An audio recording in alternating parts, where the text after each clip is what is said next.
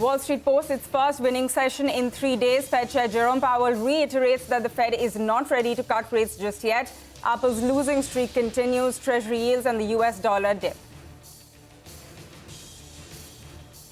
Stocks in the Asia-Pacific trade higher after a positive handover from Wall Street. Japan's Nikkei hits another fresh record high but retreats. The GIFT Nifty suggests a positive open for the Indian market. Oil prices steady at around $82 a barrel on the Federal Reserve's rate cut outlook, decline in U.S. gasoline stockpiles and looming ECB decision also support. Gold extends record run as rate cut bets gain ground. And food inflation is hurting consumption, but this is only a near-term problem, says Nestle India's Suresh Narayan. He is upbeat about India's consumption in the long term. That's an exclusive. In large block deal expected today, M&M promoter group to sell 93 lakh shares, says sources. Also, government to sell up to 7% stake in NLC India via an OFS to meet the minimum public shareholding norms.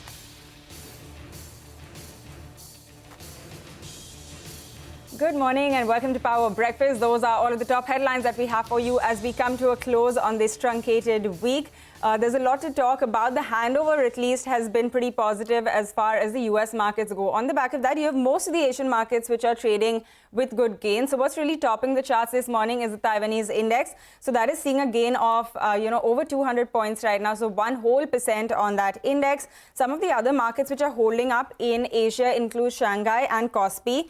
And Straits as well. The gains are not too much here, but they're at least starting off in the green. What's not doing so well, you have the Hong Kong market, which is down around 0.2%, and the Nikkei index, which opened up quite well. But now if you look at it, it has slipped quite a bit. It's actually almost 300 points in the red right now. This is a market which is, of course, still up 3.5% for the week. So I wouldn't, make too much of this fall. But right now, it is trading around 39,800 for the Japanese index.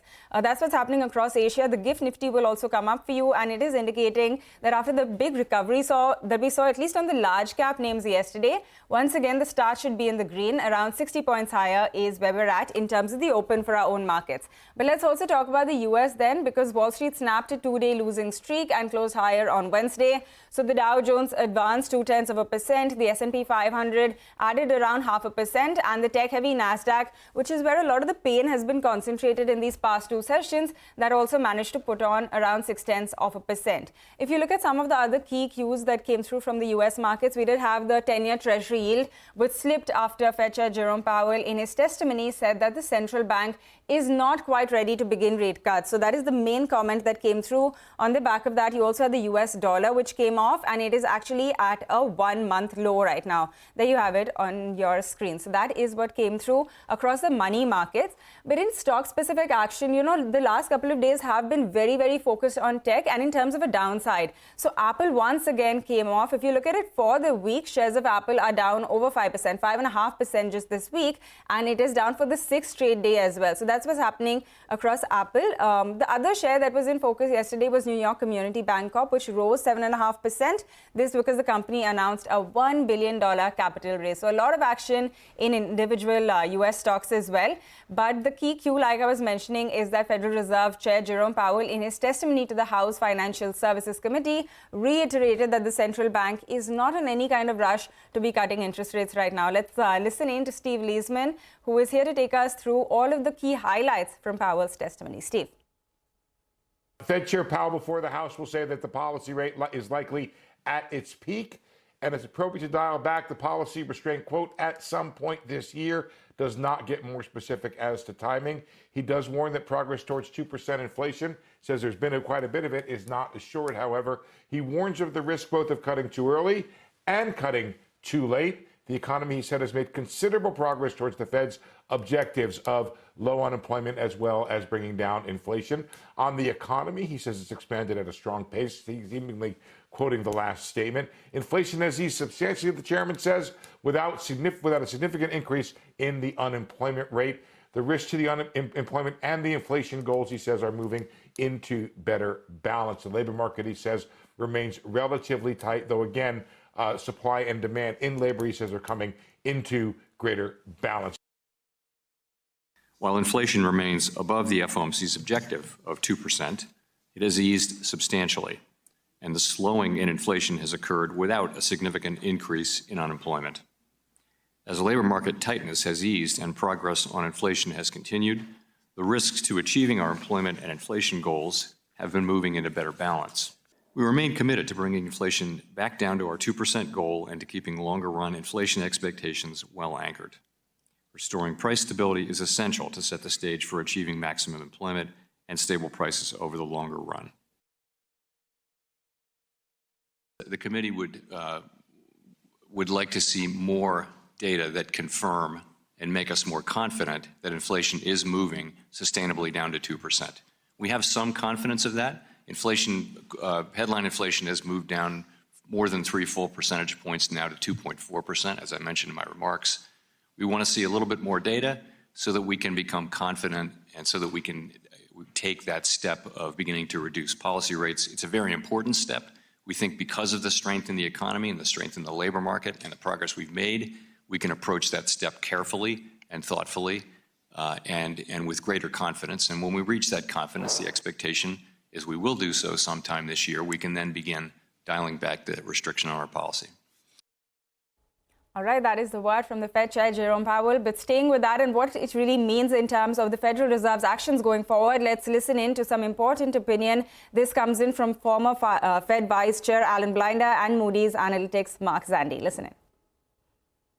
It's clear there's going to be some cutting this year.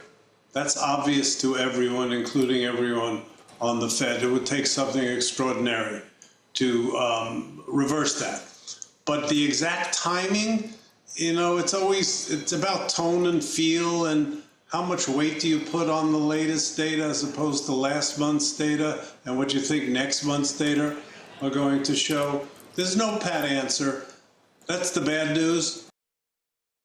The economy is resilient. It's fine. It's okay, but it feels soft to me and in some key places. You know, it's a balance of risks. It's a matter of judgment. But in my view, the risk is now higher that the Fed's going to keep rates too high, too long, undermine the economy and the financial system. And to what end? I mean, they, in my view, achieved or all but achieved their targets. We're at full employment, a 3.7% unemployment rate. We've been there for 2 years. Inflation's coming in very nicely.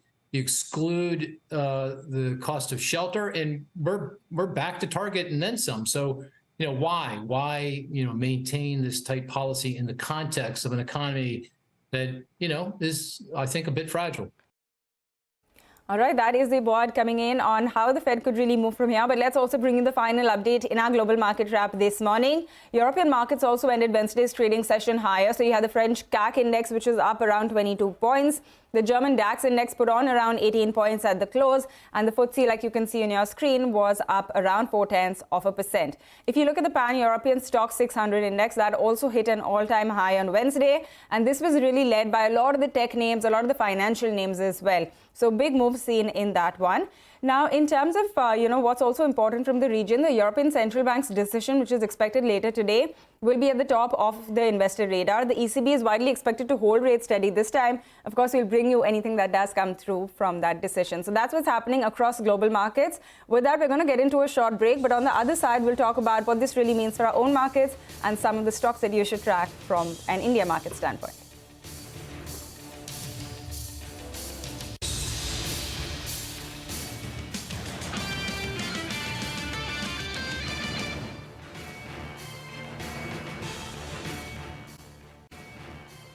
Hey guys, welcome back. Hope you all are having a good morning. You know, we were just going through the global setup, which today looks quite supportive. So let's bring in our research team and they're going to take us through what the trade setup looks like for India.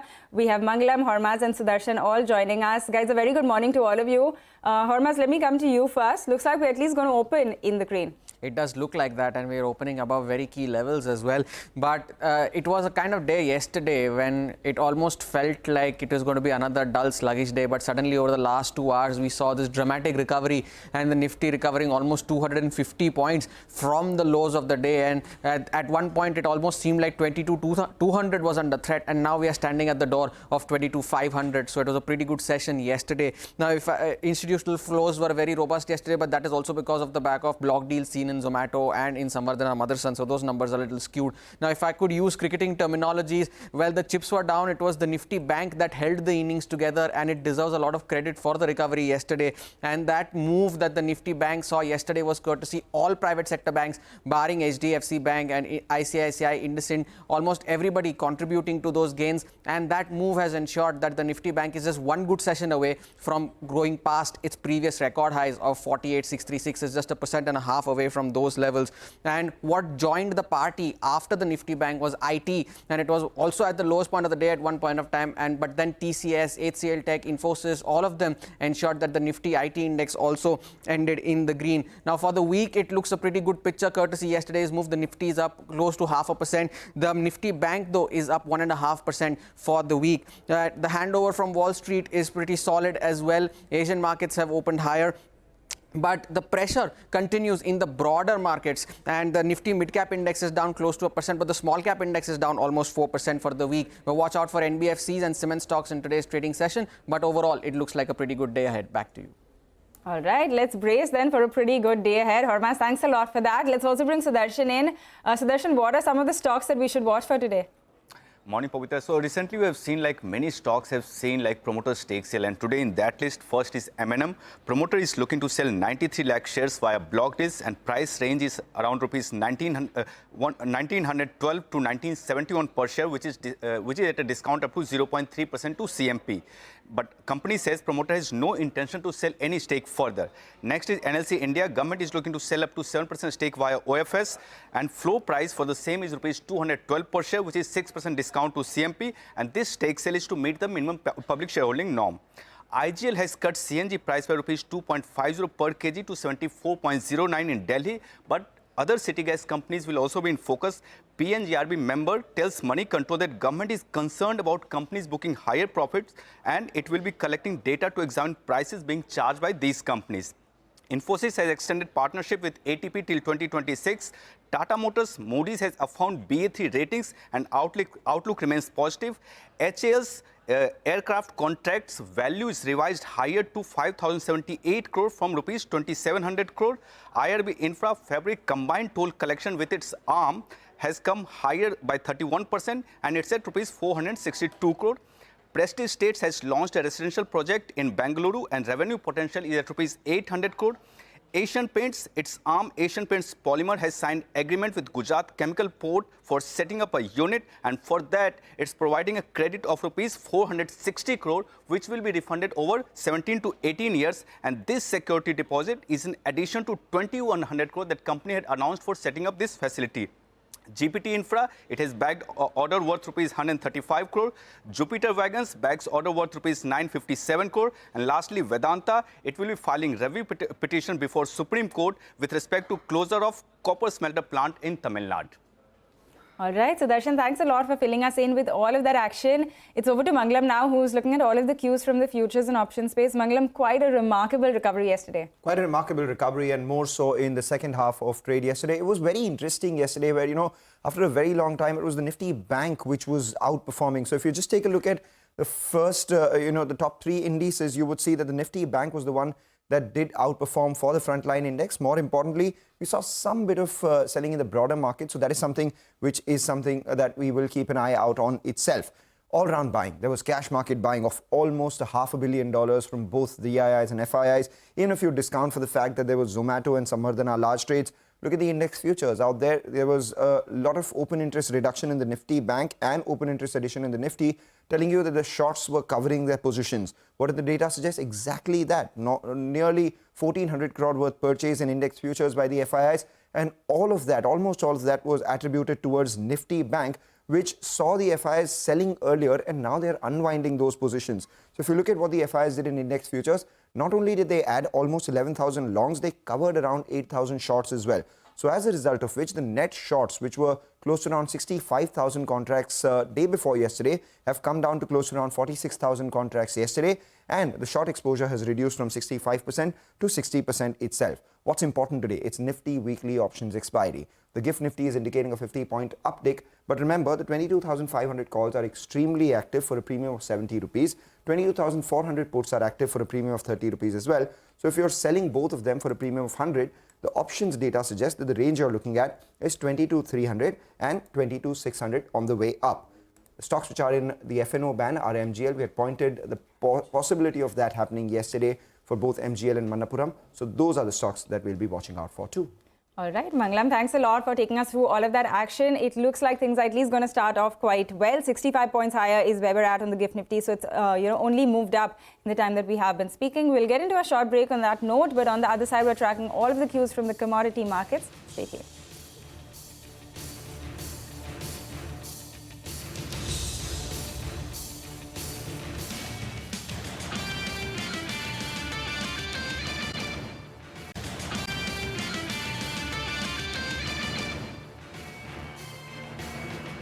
Welcome back. You're still tuned into Power Breakfast. We're going to talk about all of the cues from the commodity markets, and Manisha joins us with that update. Manisha, good morning. The gold prices continue to move higher. Oh, yes, and an all-time high right now at $2,150 an ounce. I mean, who would have thought that? A lot of people did put out those kind of forecasts, but by the end of this year, and we've done it in the first quarter of 2024 itself. For the Indian markets also, we're trading at an all-time high in case of gold at 65,000 rupees per 10 grams. It has been a very strong gain. I mean, if you bought sovereign gold bonds the last couple of tranches, you already are in a big money there. Not just gold, silver is surged up, platinum, palladium have gained up anywhere between 4 to 10%. There are bets on monetary easing in the U.S. The U.S. Fed Chair Powell indicated rate cut later this year, and that's what the markets are clearly taking it in. Also, there is U.S. non-farm payroll data on Friday, and if that comes in slightly on the weaker side as well, then you definitely can count on further gains coming in for gold and silver. It also is a similar case for metals, where you have copper, aluminum also trading in the positive. The U.S. dollar index trading at a 4-week low definitely is a supportive factor. All right, got that. Manisha, thanks a lot for taking us through that quick check on some of these commodities. With that, we're completely out of time on this edition of Power Breakfast. Thanks for tuning in. We have Bazaar Morning Call on the other side.